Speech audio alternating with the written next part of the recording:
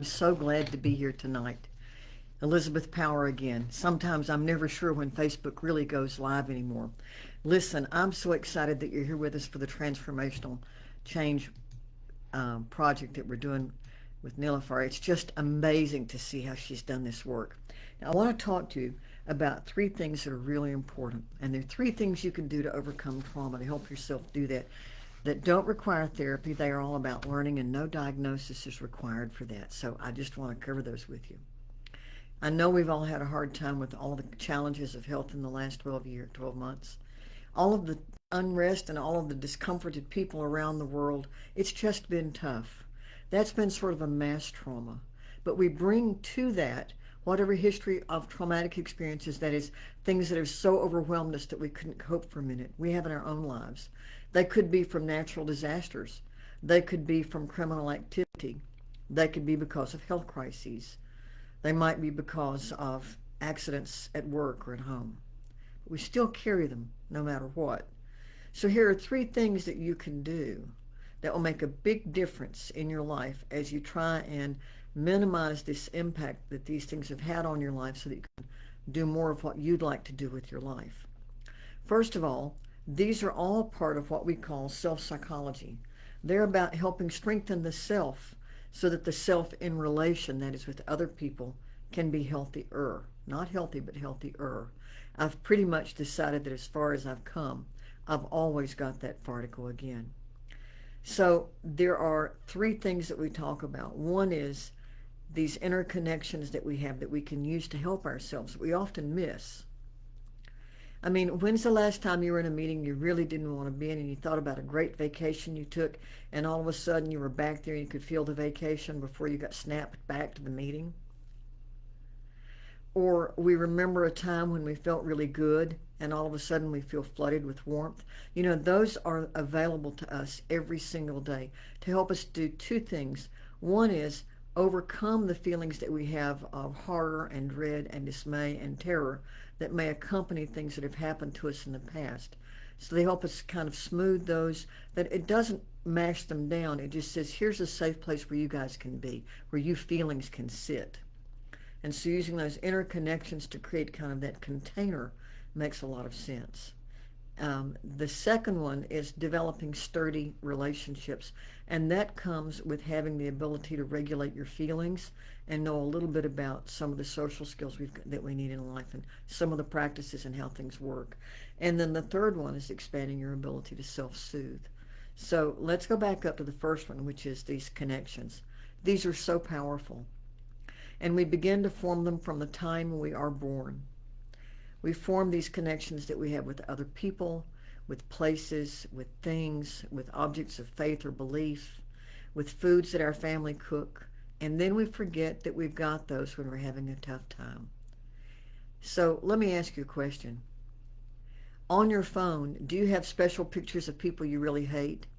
I mean, seriously? Don't you have pictures of people that you care for, places that you care for, places that you've been, things that mean something positive to you? I'll bet you do. And I'll bet that you have special ringtones, again, not for the people you hate, but for the people that you want to hear from. Check and see if I'm telling the truth. You may have jewelry that someone you love has given you. And when you look at that jewelry, you may find yourself feeling a sense of warmth, a positive feeling inside. We have a lot of these moments in us, and we use them every day unconsciously. I'm wearing a sweater that was my mother's, whose birthday was around this time of year and whose death date was around this time of year. And I remember her with great fondness because I remember the stories she told about this particular sweater. And so that's one of the ways that I'm soothing myself and having good memories of her at a time that is a time of grieving. Some years it hits me, some years it doesn't. We have all of these things that we can use.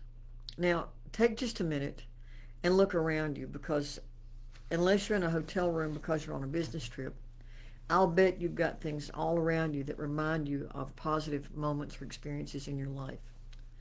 Do you see photographs? Who are they? What is the story behind the photograph? I'll bet you could tell that. Do you have any tchotchkes or little items like I'm looking at a pair of soapstone mourning doves on my shelf across the office. And I'm looking at a banner that a Buddhist monk gave me. And I have stories that make me feel good about both of those things. But I have to tell you that one of the challenges of using interconnection like this is you've got to be willing to let yourself feel the warm feeling that comes with thinking about, for me, that particular banner or the soapstone sculpture. And if that's frightening, or if you don't know how to do that, one of the things to think about is having sunshine or the warmth of sun in you and what that feels like that. And couple that with one of those feelings to see if it's recognizable. Another thing that you can do as you're working on what it feels like to feel these soothing feelings is go out on the internet and search for this phrase: where do people feel emotions in their body? Again, where do people feel emotions in their body? These maps that you'll find if you look at the images are of a study done by some folks in Finland where they've been asking people to talk about what different feelings feel like and where they feel them in their body. Is the energy collecting or is it dissipating? Is it warmer? Is it cooler? And they've created maps of feelings. Now, ironically, I thought Finnish, okay, great, yeah. But then they checked against the people in Taiwan and found the same results. And then they expanded the study and added 100 feelings, not 16, 100. And found that people in different cultures report the same feelings in the same places, the same way in their body. So it may be the one thing that is universal. Now, I find that helpful because I couldn't feel what it felt like to feel soothed inside. And that meant I did a lot of really outrageous things to try and feel better in my life. And when I began to imagine what it would feel like if there was a little heater, a sun, right inside my chest, and when I practiced thinking good thoughts about memories in the past that were positive, suddenly it clicked. It just needed a little bit of help to know what to do there. And now it's an easy thing for me to do. I still have all of the feelings I had about everything else that happened. I want to promise you, you won't be giving up anything by working on your interconnections with others. These interconnections are there just as strongly and waiting to be called on as the negative interconnections. It's up to us to choose and to practice them and to feel them. Think about the senses. What do you see that reminds you of a person or a place or an animal or a thing that had positive meaning for you? I can look and I see my cat, she's a beloved pet in my home, and I see a vase that was given to me by my great-great-grandmother, and I see the banner from the Buddhist monk, and I see a clock from Japan that a friend of mine gave me. And I see my diplomas and things, and I see all of my stuff from Hawaii, and it all makes me feel good. You have those things too. I still feel concern and grave anxiety about some things. I have this as well. And so it makes it easier for me to tolerate the anxiety that I'm feeling. And this is part of what we do as we increase our emotional intelligence, which helps us heal trauma at the same time. Believe it or not, same skills. We need the same skills. We learn to tolerate the discomfort that is natural in the world that most people would experience as discomfort and not trauma. So we learn how to dial things back by expanding our positive feelings. It's really pretty cool. You should ought to try it. So that's the first thing. Now, the second thing is building sturdy relationships. When I say that, what I mean is building relationships with other people that allow you to have enough sort of in the bank with each other, in the emotional bank with each other, that you can tolerate the relational errors that occur. And if you are friends for any length of time, or if you are family, relational errors will occur. You'll say something dumb, or somebody else will. Somebody will get mad. Somebody will get hurt feelings.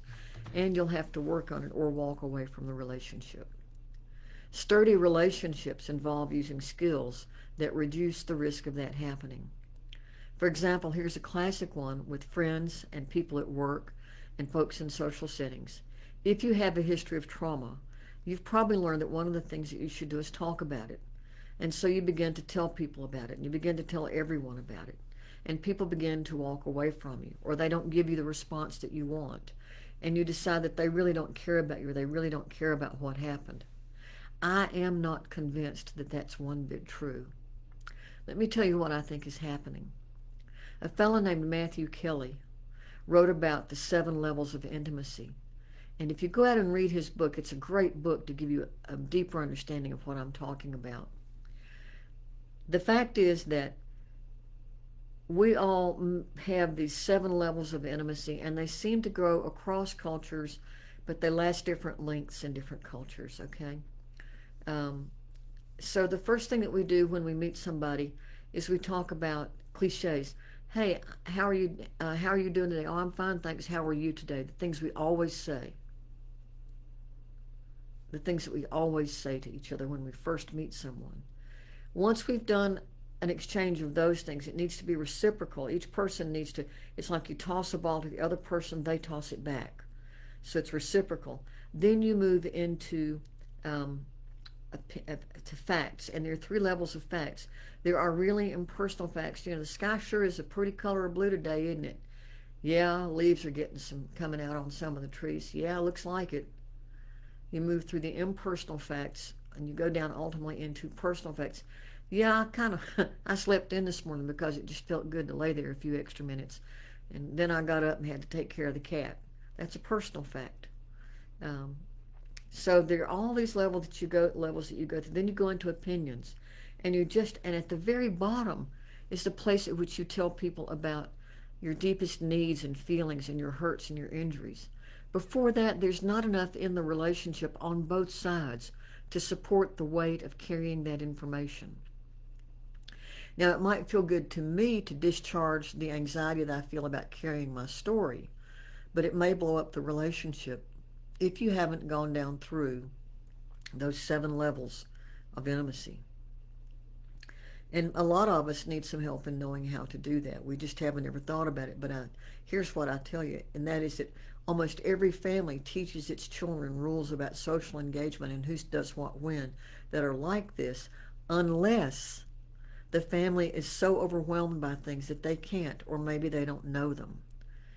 But it's a hallmark in building a sturdy relationship that you can go out and you can kind of step through these levels, and you make sure everybody's got a lot of stuff in all the top 4 levels before you even approach emotions, needs, feelings, grave concerns. There are only 2 or 3 exceptions to that. One is if it's an emergency. That is to say, if someone is physically ill, gravely injured, or if danger is approaching. But not just because you can't tolerate the discomfort of your own history.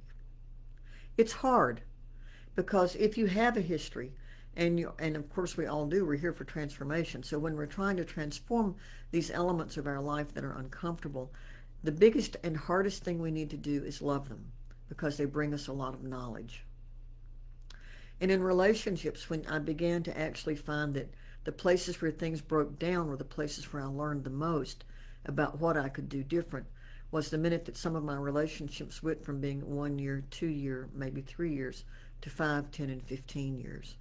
I have some relationships that have been going for 40 years because we always come back to this particular model of the 7 levels of intimacy and step through it. And when a new person is introduced into the group, we all go back up and then come back down to them so that we are all on the same level of intimacy when we're having a conversation. Now, let me tell you one of the places that we learn this, and I'm going to speak primarily, this would be in a Western sense. In an Eastern sense, I think the concept might be a little different, and I'm making generalizations, and I apologize for that. But here, if a person seeks psychological help, the first thing they do is they tell somebody their whole history and they take some tests to get a diagnosis of what's wrong with them.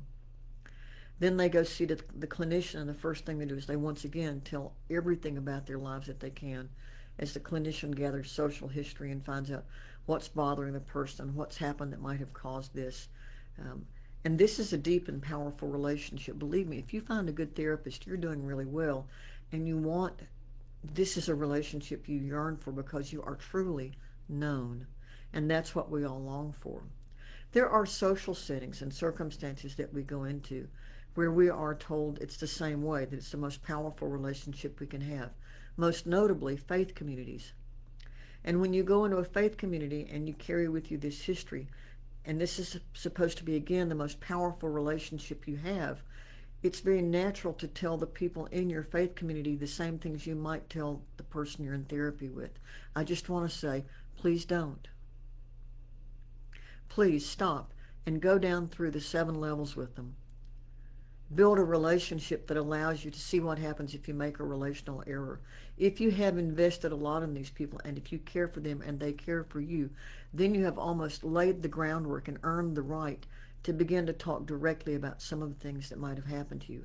Otherwise, be very general. People's ears have a hard time taking in the pain of what we've experienced, and we need to respect that, as well as to give people room to prepare themselves to be able to hear difficult things. Now, here's some other things about when you don't do that. If you really want to transform your life into far more than you ever thought you could, and I'm living and walking proof of that, to thrive in where you are, part of the challenge is rewriting your story, and this also helps build sturdy relationships. We don't have many groups where we can practice changing our relationship skills, and so one of the things I recommend to people is use meetups, MEETUP, a meetup, and the meetups, are groups that are temporary. They're designed not to be permanent. So you're expected to go in, do the thing the meetup is doing, leave, and you may never have contact with these people again. And so it's a pretty safe place to test some new ways of being and doing without blowing up your friendships from the past. But write a new story as you are doing this. Here's the story that I used to write. I'm a victim. Nobody loves me. Everybody hates me. Nothing ever goes right in my life, and I'll never get anything. I'll never amount to anything. That's the story I'd written early in my life. Let me tell you the story I've been writing for 20 years now. I'm an amazing woman. I'm the kind of woman who people flock to hear what I say and to invest in the programs that I deliver because they are life-changing. My life has had a lot of extremes, and a lot of them have been really interesting. I'm one of the most interesting and exotic people you'll ever meet. I also have the biggest heart you'll ever find and the greatest level of compassion for all mankind that you might run into. That's what the power of changing your story is about. You write that new story and you walk into that. What happened behind you is in your rearview mirror.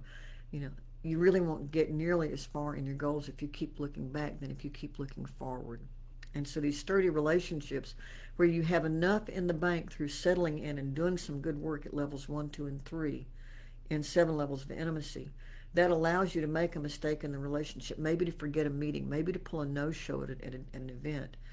You have some depth in that friendship to draw on that allows those relational errors to be resolved and recovered.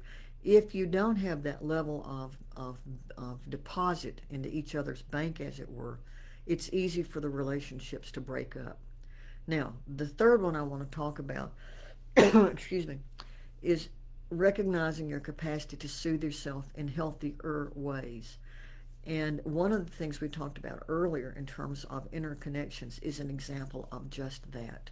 Another is that you really have the ability to use all the senses again to soothe yourself in remarkable ways. Do you have a favorite blanket that feels really good? Do you like extra weight on you when you're feeling stressed? Maybe you don't need to buy a 15-pound weighted blanket. Maybe just 3 or 4 quilts would do. What do you need to feel comforted? And would you feel comforted if you were comforted? Are you willing to feel comforted? To sink back in the soft cushions and to let them wrap their arms around you if there's nobody there to do that? Are you willing to feel better, to fill up that cup as well as the cup of languishing and sadness and grief and loss and depression? Are you willing to let the things that are darkness be transformed to light? Because that's what we're asking about here. And in the process of this, when you're soothing yourself in healthier ways by walking, by digging in the soil, planting things, by volunteering at a pet shelter to offer unconditional love to pets that are in need of it, by volunteering with people if you're comfortable doing that, by being present for the lives of other people around you. These are the things that make the glue, that keep us together and keep us in care for each other. And that is really the challenge of transformation, is becoming more and more connected and becoming more and more, shall we say, filled with light, whatever that may mean to you, so that we can, in fact, let the trauma that's happened to us be fuel for what we've grown into and take that fuel and transform it into fire that burns the passion for change that we all need. Now, I want to tell you a little bit about some of the things that also support this. Um, First of all, you may be someone who drinks or who uses street drugs or who uses prescription drugs to help you take the edge off. Whatever you do is useful to you. I want you to look and see if you can begin to think about things that are additional that you might do that might be useful to you. One of the things that we know is that big muscle, the large muscles like the arms, the legs, the core, muscles, activity that uses those muscles helps people release their emotions. And so some people use dancing for that, which also helps rewire the brain. Another thing that people use to help them with this healthier ways of self-soothing is music, and sometimes they listen to music and dance. I told my neighbors, if you see me dancing in the backyard with a scarf or with my arms up as if I'm in a trance, don't worry, I probably am, and it's all good, because my backyard is wonderful for trance dancing. And I always feel like I'm just lifted out of myself when I do it. I get self-conscious, though. I guess everybody does. Another thing that's really helpful in terms of self-soothing that also works on the brain is drumming. And you may live somewhere where you may not be able to drum because it does make a racket. But if you can go out to a field or somewhere, even if you just take a 5-gallon bucket and bang on the bottom of it, drumming is a remarkable tool to help people heal from trauma. And in fact, when groups drum, their heartbeats co-regulate, which is really interesting. And that co-regulation is one of the forms of attunement, that is, people connecting to each other very strongly, that happens for us in childhood when we are lucky and when our caregivers are not overwhelmed by war or famine or natural disaster or disease or poverty, grinding poverty of the heart as well as of the pocketbook, where we don't, if we experience abuse and neglect. I mean, there's a whole long list. But the soothing that we can do for ourselves, that we control, that we're in charge of, for me, sometimes it's a cup of hot tea with a little bit of cream and sugar in it. These are the things that we need to help us actually recover from trauma, to treat ourselves the way we wish we had been treated when something difficult did happen. If that becomes our norm, if we treat ourselves the way we wish we'd been treated when difficult things happen, we are literally changing our story. We are saying to ourselves, I am worth living. I deserve to be here. We don't have to beat up on other people and say, that shouldn't have happened to me, that guy's a perpetrator, that woman's a perpetrator. It's simply, these things happen to me. I'm the one who gets to decide what I do with them. Do they run my life, or do they influence me, or do they become the fuel for my success? If you choose for things to be the fuel for your success, that transformation from darkness into light, from ashes into fire again, what you're choosing is a path of healing that is absolutely profound, heart-changing, soul-lifting, money-freeing, success-bringing, and life-engaging. Now, I want to tell you a little bit about what I do and how you can find me. I'm going to put a link in the comments just as soon as I post this up that will take you to a free thing we've got, which is about our trauma responsive system with a few little tools in it. You can buy my new book, Healer: Reducing Crises, which is about the key and core skills in trauma-informed care for the self. That's for me becoming trauma-informed to help myself as well as others. It's a really, people tell me it's a fabulous book. It's easy to read. It's short. There's no gory trauma stories in it. There's some checklists. There's some things for you to use.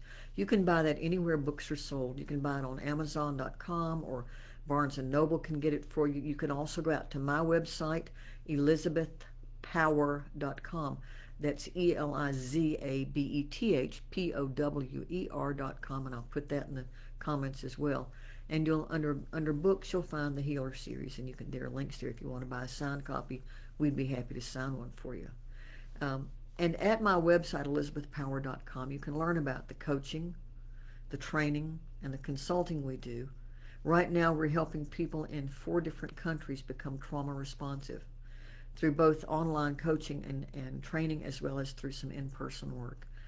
And it's just fabulous to see people begin to loose themselves from the shackle of all the misbeliefs they had about who they've been and who they are. and to see the strengths that they have instead. It's really a pretty phenomenal process. So I'm Elizabeth Power. I'm the founder of the Trauma Informed Academy, the voice of lived experience, and I'm delighted to be here tonight to help you think about transformation, to help you transform your own life. I'd be delighted to talk with you more. Go out to elizabethpower.com. You'll find a contact us button. Get in touch with me. Download the tool that I'm going to put for you in the notes in just a second, and enjoy that. And I'll see you again soon. Bye bye.